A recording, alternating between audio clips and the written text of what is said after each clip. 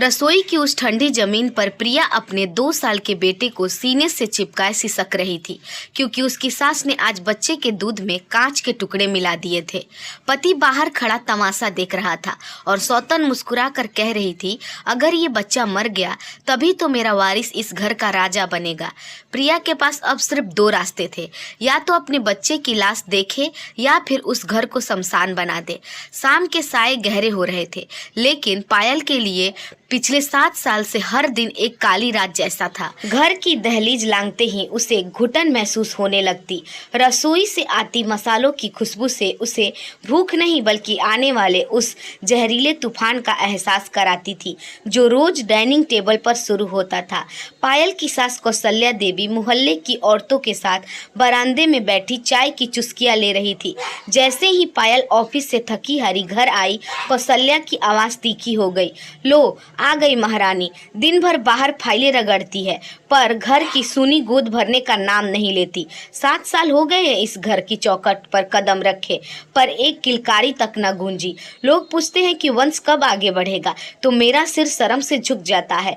पायल ने सिर झुका लिया, उसकी आंखों में पानी तैरने लगा। उसने धीमी आवाज में कहा, माँ जी, डॉक्टर ने कहा है कि सब ठीक है, बस थोड़ा समय। समय?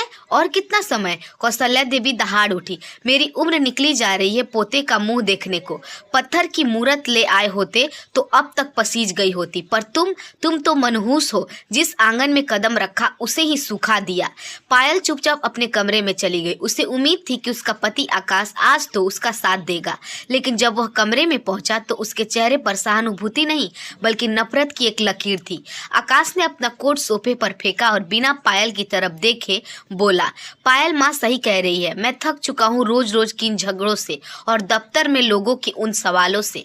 खुशखबरी कब दे रही हो? मैंने भी बाप बनने के सपने देखे थे, पर शायद मेरी किस्मत में एक बांझ औरत के साथ जीना ही लिखा है। आकाश, आप भी? पायल की आवाज कांप गई। क्या प्यार सिर्फ औलाद के लिए था? क्या मेरी कोई अहमियत नहीं? आकाश उसकी आंखों में आंखें डालकर बोला, प्यार से पेट नहीं भरता और न ही खानदान चलता है। माँ ने एक फैसला लिया है और मैं उससे उनके साथ हूँ। पायल का कलेजा धक से रह गया। कैसा फैसला? तभी कमरे का दरवाजा खुला और कौशल्या देवी एक कम उम्र की लड़की का हाथ पकड़कर अंदर आई। उस लड़की के माथे पर बड़ी सी बिंदी और आंखों में एक अजीब सी चमक थी। यह निशा है, कौशल्या देवी ने गर्व से कहा, मेरे दूर के रिश्तेदार की बेटी। आज से यह इसी घर में रहेगी। मैंने और आकाश ने तय किया है कि अगर तुम इस घर की वारिस नहीं दे सकती तो निशा देगी। अगले महीने आकाश और निशा की शादी है। पायल के पैरों तले जमीन खिसक गई। शादी? आकाश, आप कानूनन ऐसा नहीं कर सकते। मैं आपकी पत्नी हूँ, आकाश ने ठंडी हंसी हंसते हुए कहा। कानून घर नहीं बसाता पायल। अगर तुम इस घर में रहना चाहती हो तो एक नौकरानी बनकर रहना होगा, वरना तुम आज ही अपना बोरिया बिस्तर समेट कर जा सकती हो। पर याद रखना, बाहर कदम रखते ही दुनिया तुम्हें बांझ कहकर थूकेगी। उस रात पायल को उसी घर में पराया कर दिया गया। उसे बेडरूम से निकालकर स्टोर रूम में फेंक दिया गया। रात के सन्नाटे में उसे बगल के कमरे से आकाश और निशा की हंसी की आवाजें आ रही थी। उसकी सास बाहर से चिल्लाकर कह रही थी, निशा बेटा, तू ही इस घर की असली बहू है, वो कल मुही तो बस यहाँ की मनहूसियत है। पायल जमीन पर बैठकर अपनी सुखी कोख को सहला रही थी। उसे लग रहा था जैसे उसके सीने में हजारों सुइयां चुभाई जा रही हो। जिस पति के लिए अपने दुनिया छोड़ दी थी उसने, वही आज उसे एक वस्तु की तरह बदल रहा था। पर दर्द अभी कम था, असल खेल तो अब शुरू होने वाला था। निशा केवल घर में जगह बनाने नहीं आई थी, वह पायल को धीरे धीरे खत्म करने के लिए एक खौफनाक मंसूबे के साथ आई थी। हफ्ते बीत रहे थे, लेकिन घर के हर कोने में पायल के लिए सिर्फ जहर था। जिस घर की वह मालकिन थी, अब वहां एक फटे हुए पायदान की तरह समझा जा रहा था। निशा ने घर में कदम क्या रखा, जैसे पूरे घर की हवा ही बदल गई। निशा देखने में जितनी मासूम थी, अंदर से उतनी सातिर। उसने कौशल्या देवी को अपनी मुट्ठी में कर लिया था। सुबह सुबह जब पायल किचन में चाय बनाने जाती, निशा पहले से वहां मौजूद होती। अरे दीदी, आप रहने दीजिए, निशा ने कुटिल मुस्कान के साथ कहा। माँ जी ने कहा है कि अब इस रसोई पर मेरा हक है, आप तो बस बाहर झाड़ू पोछा देख लीजिए। आखिर खाली बैठी रहेंगी तो जहन में गंदे ख्याल ही आएंगे ना। वैसे भी सुना है बांझ के हाथ का बना खाना खाने से बरकत चली जाती है। पायल की आंखों में आंसू आ गए। निशा तमीज से बात करो, मैं इस घर की बड़ी बहू हूँ और आकाश की पत्नी। तभी आकाश वहाँ आ पहुंचा। उसने पायल को झिड़कते हुए कहा, पत्नी? कौन सी पत्नी जो मुझे एक वारिस तक न दे सकी? निशा अब इस घर का भविष्य है और हाँ, आज से तुम डाइनिंग टेबल पर हमारे साथ खाना नहीं खाओगी। माँ को तुम्हारा चेहरा देखकर कोप्त होता है। तुम रसोई के कोने में बैठकर खा लिया करना। पायल का दिल छलनी हो गया। जिस पति के लिए उसने अपनी पूरी दुनिया वार दी थी वही आज उसे जानवर जैसी हालत में ढकेल रहा था। रात को जब पायल स्टोर रूम के पतले गद्दे पर लेटी होती तो बगल के कमरे से आकाश और निशा की ठहाकों की आवाज आती। एक दिन कौशल्या देवी ने हद ही पार कर दी। उन्होंने मोहल्ले की औरतों को गोद भराई के लिए बुलाया, लेकिन वह गोद भराई पायल की नहीं बल्कि निशा की थी।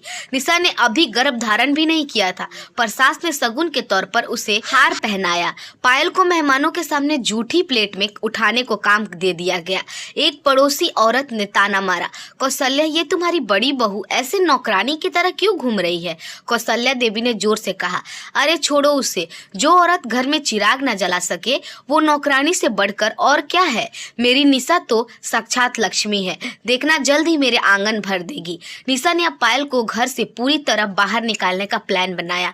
एक शाम निशा ने जानबूझकर सीढ़ियों से गिर जाने का नाटक किया और जोर जोर से चीखने लगी। आह माँ जी, आकाश देखिए, दीदी ने मुझे धक्का दे दिया। वो नहीं चाहती कि मेरा बच्चा इस दुनिया में आए, वो मुझसे जलती है। निशा जमीन पर बैठकर रोने का ढोंग करने लगी। आकाश बिजली की गति से आया और बिना कुछ पूछे पायल के गाल पर एक जोरदार तमाचा जड़ दिया। नीच औरत, इतना गिर सकती हो तुम? अपनी जलन के लिए तुम एक मासूम की जान लोगी? आकाश, मैंने कुछ नहीं किया, मैं तो वहाँ थी ही नहीं। पायल चिल्लाई, लेकिन उसकी आवाज नकार खानों में तूती की आवाज बनकर रह गई। कौशल्या देवी ने पायल के बाल पकड़े और उसे घसीटते हुए आंगन के बीच ले आई। आज से तू इस घर के अंदर कदम नहीं रखेगी। तेरा ठिकाना बाहर का बरामदा है, वहीं पड़ी रह और कुत्तों की तरह बचा खुचा खाना खा। रात मूसलाधार बारिश हो रही थी। पायल बाहर बरामदे में ठिठुरी हुई थी। उसने खिड़की से देखा कि आकाश निशा के पैर दबा रहा था और उसे बहला रहा था। उसे एहसास हुआ कि उसने जिस इंसान को खुदा माना वो पत्थर से भी ज्यादा सख्त निकला। लेकिन तभी निशा की अलमारी से एक फाइल नीचे गिरी, जिसे पायल ने खिड़की से देख लिया। वह निशा की मेडिकल रिपोर्ट थी। पायल की आंखों में एक चमक आई। क्या निशा कोई बड़ा राज छुपा रही थी?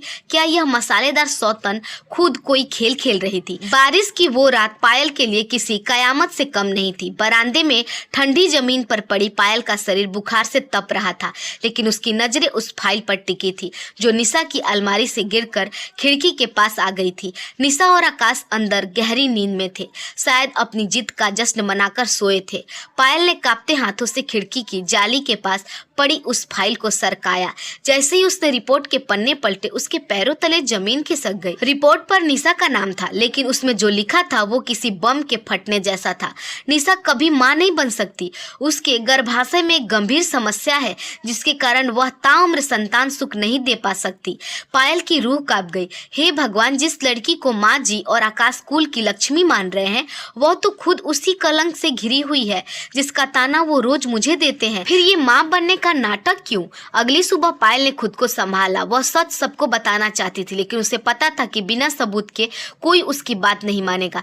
जैसे ही वह रसोई के पास पहुंची, उसने देखा कि निशा अपनी माँ पायल की दूर की चाची से फोन पर बात कर रही थी। अरे हाँ माँ, फिक्र मत करो, निशा दबे स्वर में हंस रही थी। आकाश को तो मैंने अपनी उंगलियों पर नचा लिया है। बस एक बार शादी हो जाए और जायदाद मेरे नाम हो जाए, फिर मैं किसी अनाथ आश्रम से बच्चा गोद ले आऊंगी और सबको कह दूंगी कि ये मेरा अपना बच्चा है। और वो बांझ पायल, उसे तो मैंने रास्ते से ही हटा दिया है। पायल के रोंगटे खड़े हो गए। यह सिर्फ एक शादी नहीं बल्कि एक बहुत बड़ी साजिश थी। तभी कौशल्या देवी वहां आई। उन्होंने देखा कि पायल चुपचाप खड़ी होकर निशा की बातें सुन रही है, तो उन्होंने बिना सोचे समझे पायल के हाथ पर गर्म चाय का प्याला उड़ेल दिया। आह! पायल दर्द से कड़ाह उठी। कान लगाकर क्या सुन रही है कुलक्षणी? कौशल्या देवी ने चिल्लाकर कहा। तेरी हिम्मत कैसे हुई मेरी निशा की जासूसी करने की? आकाश, ओ आकाश, देख तेरी इस पहली पत्नी ने निशा पर हाथ उठाने की कोशिश की है। आकाश दौड़ता हुआ आया। उसने न आओ देखा न ताओ, पायल को धक्का देकर दीवार से टकरा दिया। पायल का सिर फट गया और खून बहने लगा। बस बहुत हुआ, आकाश दहाड़ा। कल सुबह कोर्ट खुलेगा और मैं तुम्हें तलाक के कागजात थमा दूंगा।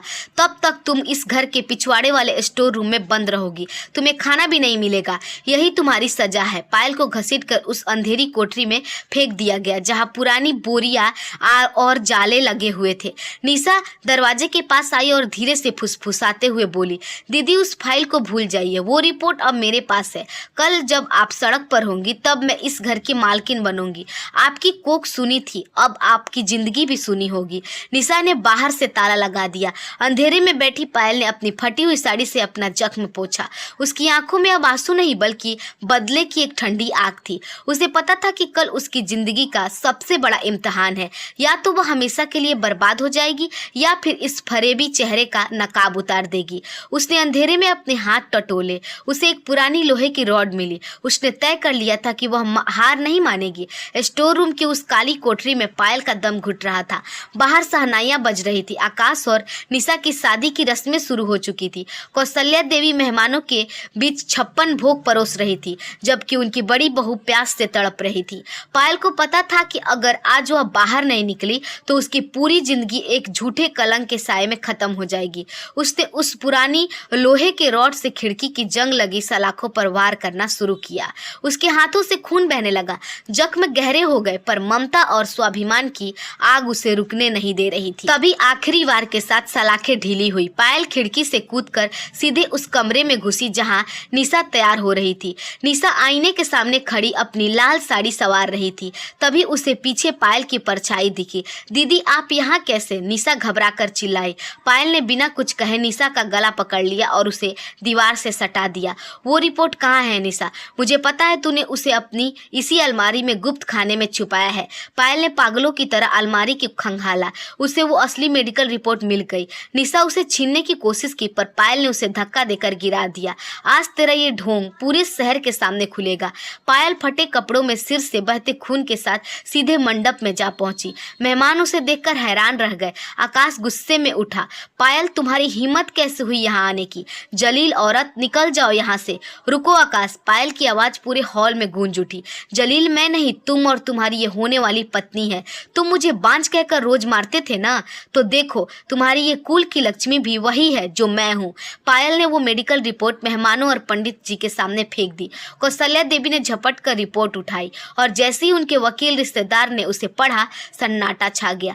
यह क्या है निशा? कौशल्या देवी की आवाज कांपी। रिपोर्ट कहती है कि तुम कभी मां नहीं बन सकती। तुमने हमसे झूठ बोला। निशा का चेहरा सफेद पड़ गया। उसने आकाश के पैर पकड़ लिए। आकाश ये झूठ है, ये पायल की चाल है। लेकिन तभी पायल ने अपना मोबाइल निकाला जिसमें उसने कल रात कोठरी में जाने से पहले निशा और उसकी मां की फोन वाली बातचीत रिकॉर्ड कर ली थी। जब वो रिकॉर्डिंग गूंजी, आकाश को उंगलियों पर नचा लिया है, अनाथ आश्रम से बच्चा ले आऊंगी, तो आकाश के पैरों तले जमीन खिसक गई। आकाश ने निशा को धक्का दे दिया। उसे अपनी गलती का एहसास हुआ, पर बहुत देर हो चुकी थी। वह पायल की तरफ बढ़ा। पायल मुझे माफ कर दो, मैं भटक गया था। माँ की बातों में आकर पायल ने आकाश का हाथ झटक दिया। उसकी आंखों में अब प्यार नहीं नफरत थी। माफ आकाश, तुमने मेरा शरीर नहीं मेरी आत्मा को मारा है। तुमने मुझे बांझ कहा, लेकिन असली बांझ तो तुम्हारी सोच थी। तुमने एक औरत को सिर्फ बच्चा पैदा करने की मशीन समझा। पायल ने अपनी गर्दन से अपना मंगलसूत्र तोड़ा और उसे हवन कुंड में आग में डाल दिया। आज से मेरा और तुम्हारा कोई रिश्ता नहीं। और माँ जी, आपके जिस वंश के लिए अपनी बहू पर जुल्म किए, अब उस वंश की दिया जलाने वाला कोई नहीं बचेगा। पायल जाने के लिए मुड़ी ही थी कि अचानक उसे चक्कर आया और वह गिर पड़ी। डॉक्टर को बुलाया गया। आकाश और कौशल्या देवी को लगा कि शायद सदमे में ऐसा हुआ। 15 मिनट बाद डॉक्टर बाहर आए। मुबारक हो, पायल जी 2 महीने की प्रेग्नेंट है। कमजोरी और तनाव की वजह से वो बेहोश हुई थी। पूरा घर शून्य रह गया। जिस कोख को सबने सुना कहा था, कुदरत ने उसी में जान डाल दी थी। कौशल्या देवी और आकाश पायल के पैरों में गिरकर रोने लगे। पायल, मुझे छोड़कर मत जाओ, हमारे घर का चिराग तुम्हारे पास है। पायल उठी, अपनी आंखों को आंसू पोंछे और बिना पीछे मुड़े कहा, ये बच्चा मेरा है, इस घर का नहीं। जिस बाप ने इसे आने से पहले ही मारने की की कोशिश की, उसे इसे देखने का भी हक नहीं है। पायल अपनी गरिमा के साथ उस घर की चौखट लांघ गई, पीछे छोड़ गई सिर्फ पछतावे के आंसू और एक उजड़ा आंगन। दोस्तों, उम्मीद करती हूँ पायल की ये दर्दनाक कहानी आपको पसंद आई होगी। अगर हमारी कहानी आपको पसंद आई हो तो हमारे वीडियो को लाइक और चैनल को सब्सक्राइब जरूर कीजिएगा। धन्यवाद।